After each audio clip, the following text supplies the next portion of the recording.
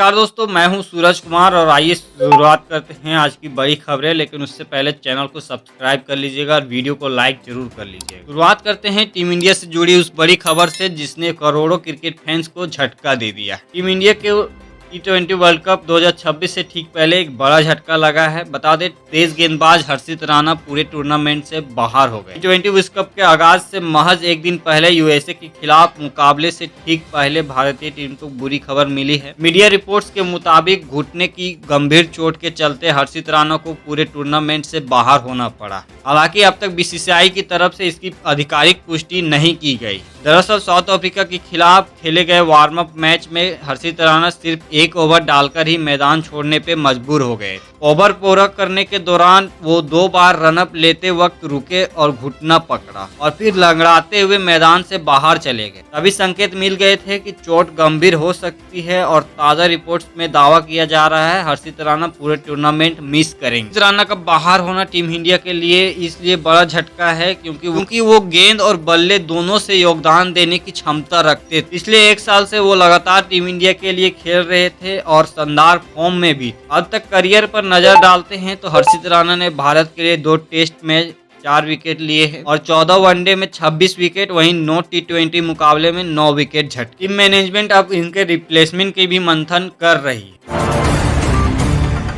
अब चलते हैं एक बड़ी कानूनी खबर की तरफ। बॉलीवुड अभिनेता राजपाल यादव ने गुरुवार को तिहाड़ जेल अधिकारियों के सामने सरेंडर कर दिया। दिल्ली हाईकोर्ट ने चेक बाउंस के केस में उनकी सजा के मामले में समय सीमा बढ़ाने से इनकार कर दिया और उन्होंने सीधे तिहाड़ जेल में सरेंडर करने का आदेश दिया। मामला करीब 5 करोड़ रुपए के कर्ज से जुड़ा हुआ है। राजपाल यादव ने एक कंपनी से एक रकम उधार ली थी। कंपनी का आरोप है कि राजपाल यादव ने पैसे लौटाने के लिए कई चेक दिए, लेकिन सभी चेक बाउंस हो गए। इसके बाद मामला कोर्ट तक पहुंचा और अब हाईकोर्ट के आदेश के बाद राजपाल यादव को जेल जाना पड़ सकता है। मणिपुर एक बार फिर सुलग उठा है। महज 2 दिन पहले यहां से राष्ट्रपति शासन हटाया गया था, लेकिन हालात संभालने के बजाय ज्यादा बिगड़ते हुए नजर आ रहे हैं। कुकी समुदाय अपने विधायकों के सरकार में शामिल होने से नाराज हैं। इसी नाराजगी के बाद राज्य के कई इलाकों में पत्थरबाजी और आगजनी का घटनाएं सामने आई। हालत को काबू में करने के लिए अतिरिक्त सुरक्षा बलों की तैनाती की गई है और प्रशासन अलर्ट मोड पर है। फिलहाल स्थिति तनावपूर्ण बनी हुई है और पूरे देश मणिपुर पर टिकी है।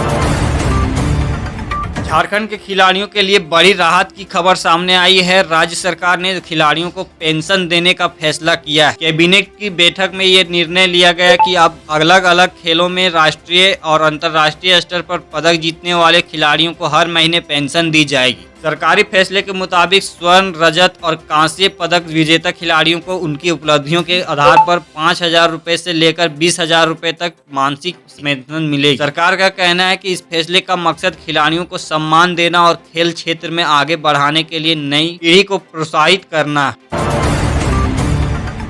उत्तर प्रदेश से जुड़ी एक बड़ी और विवादित खबर सामने आई है। मुख्यमंत्री योगी आदित्यनाथ निर्देश पर अभिनेता मनोज वाजपेयी की वेब सीरीज घूसखोर पंडित के डायरेक्टर और पूरी टीम के खिलाफ FIR दर्ज की गई। लखनऊ के हजरतगंज थाने में दर्ज की शिकायत में आरोप लगाया गया है कि वेब सीरीज के कंटेंट के जरिए धार्मिक और जातिगत भावनाओं को ठेस पहुंचाने की कोशिश की गई। लखनऊ कमिश्नरेट पुलिस का कहना है कि समुदाय की भावनाओं को आहत करने और कानून व्यवस्था बिगाड़ने वालों के खिलाफ सख्त कार्रवाई की जाएगी। मामले की जांच शुरू कर दी गई है और आगे कार्रवाई जांच के आधार पर की जाएगी।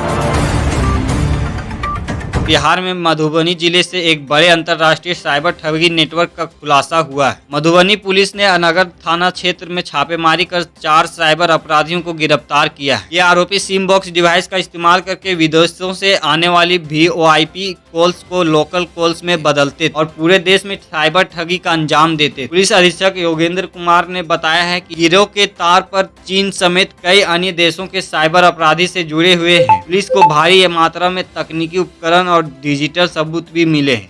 मामले की जांच जारी है। नेटवर्क से जुड़े अन्य लोगों की तलाश की जा रही है।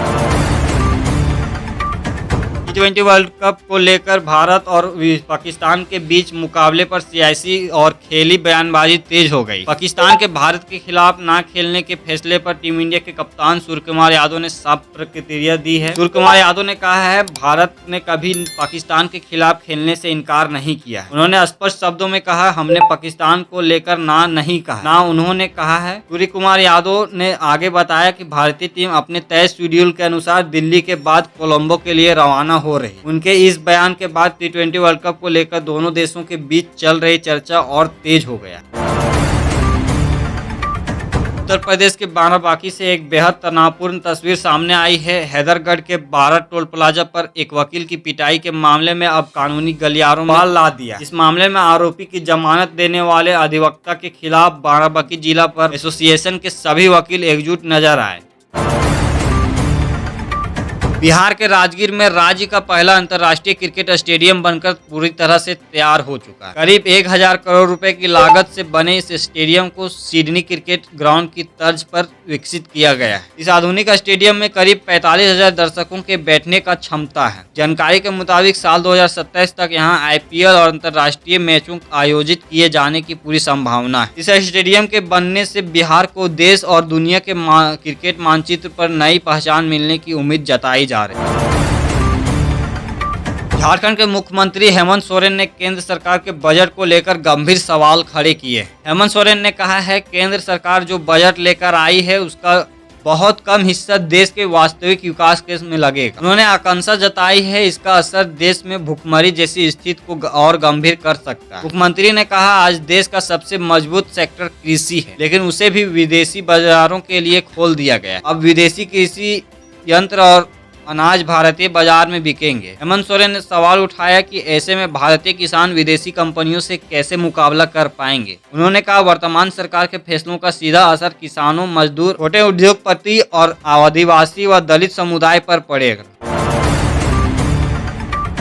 मध्य प्रदेश से जुड़ी एक राजनीतिक और सामाजिक योजना से संबंधित खबर पर विवाद गहराता जा रहा है। राज्य के राजस्व मंत्री करण सिंह वर्मा सीहोर जिले के ग्राम नापला खेड़ी और धमधा में नवीन उप स्वास्थ्य केंद्र के लोकार्पण कार्यक्रम में पहुंचे। ग्राम धमधा में मंच से संबोधन के दौरान मंत्री ने कहा है कि इस गांव में 894 लाडली बहनों को हर महीने 1500 रुपए दिए जा रहे हैं, लेकिन इसके बावजूद कार्यक्रम में उनकी मौजूदगी बेहद कम है। इस बात पर नाराजगी जताते हुए मंत्री ने मंच से कहा, एक दिन सभी बहनों को बुलाया जाएगा और जो उपस्थिति नहीं होंगी उनके नाम कटवाने की रिपोर्ट भेज दी जाए। मंत्री के इस बयान के बाद विवाद इसलिए बढ़ गया है क्योंकि लाडली बहन योजना का एक सामाजिक कल्याण योजना है, जिसकी किसी कार्यक्रम में उपस्थित से कोई सीधा संबंध नहीं। अपने भाषण में मंत्री ने यह भी कहा है कि पहले कांग्रेस के शासन में महिलाओं को पैसा मिलता था, अब सरकार सीधे पैसा दे रही है। उन्होंने ये भी कहा, प्रधानमंत्री दिल्ली से किसानों के लिए गेहूं भेज रहे हैं और खातों में पैसे डाल रहे, लेकिन इसके बावजूद लोग ध्यान नहीं दे रहे।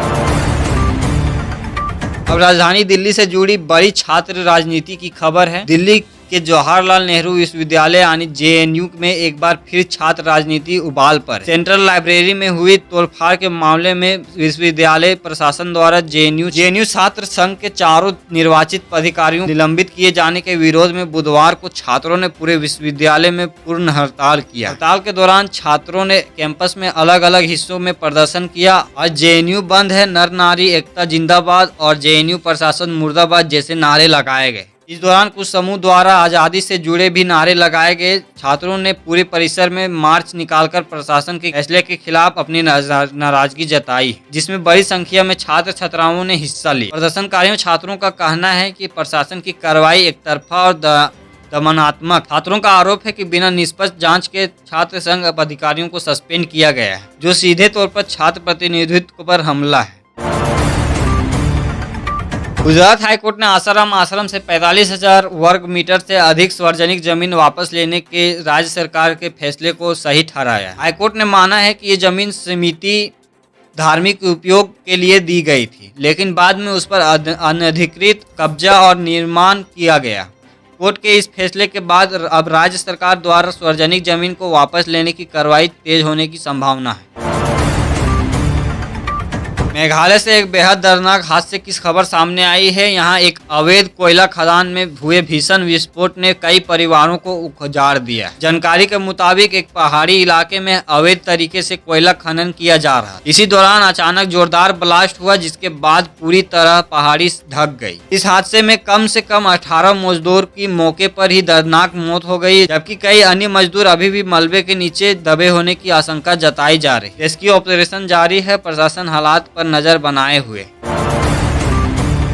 अब पश्चिम बंगाल से जुड़ी बड़ी राजनीतिक और संवैधानिक खबर है। पश्चिम बंगाल में मतदाता सूची के विशेष गहन पुनरीक्षण यानी SIR के लेकर ममता बनर्जी सरकार के आरोप पर चुनाव आयोग ने कड़ा पलटवार किया है। चुनाव आयोग ने सुप्रीम कोर्ट में दाखिल जवाब में राज्य सरकार के आरोपों को खारिज करते हुए कहा है कि बंगाल में SIR के दौरान चुनाव अधिकारियों के खिलाफ नियोजित हिंसा, धमकी और प्रशासनिक लापरवाही की घटनाएं सामने आई है। आयोग ने राज्य में कानून व्यवस्था को लेकर गंभीर सवाल खड़े किए। बिहार से जुड़ी एक अहम खबर है। बिहार में ट्रैफिक नियमों को अनदेखी करना अब लोगों को भारी पड़ने वाला है। हेलमेट, सीट बेल्ट और जरूरी कागजात में लापरवाही बरतने वालों के खिलाफ अब सख्त कार्रवाई की जा रही है। ऐसे मामलों में ड्राइवर लाइसेंस के निलंबन और रद्द करने की प्रक्रिया तेज कर दी गई। उत्तर प्रदेश में संपत्ति रजिस्ट्री को लेकर नया नियम लागू कर दिया गया है। अब प्रॉपर्टी खरीदने के लिए पैन कार्ड अनिवार्य कर दिया गया है। बिना पैन कार्ड के आप किसी भी संपत्ति की रजिस्ट्री नहीं हो सकेगी। भारतीय अंडर-19 ने इतिहास रच दिया है। हरारे स्पोर्ट्स क्लब जिम्बाब्वे में खेले गए ICC अंडर-19 विश्व कप 2026 के फाइनल मुकाबले में भारत ने इंग्लैंड को 100 रनों से करारी शिकस्त देकर छठी बार खिताब अपने नाम कर लिया है। सबसे सफल टीम बनने का वर्ल्ड रिकॉर्ड भी बना दिया है। तो दोस्तों, ये थे आज की बड़ी खबरें। अगर आपने अभी तक चैनल को सब्सक्राइब नहीं किया है तो चैनल को सब्सक्राइब कर लिया और इस वीडियो को अपने दोस्तों के पास शेयर जरूर कर दीजिए। मिलते हैं अगली वीडियो में।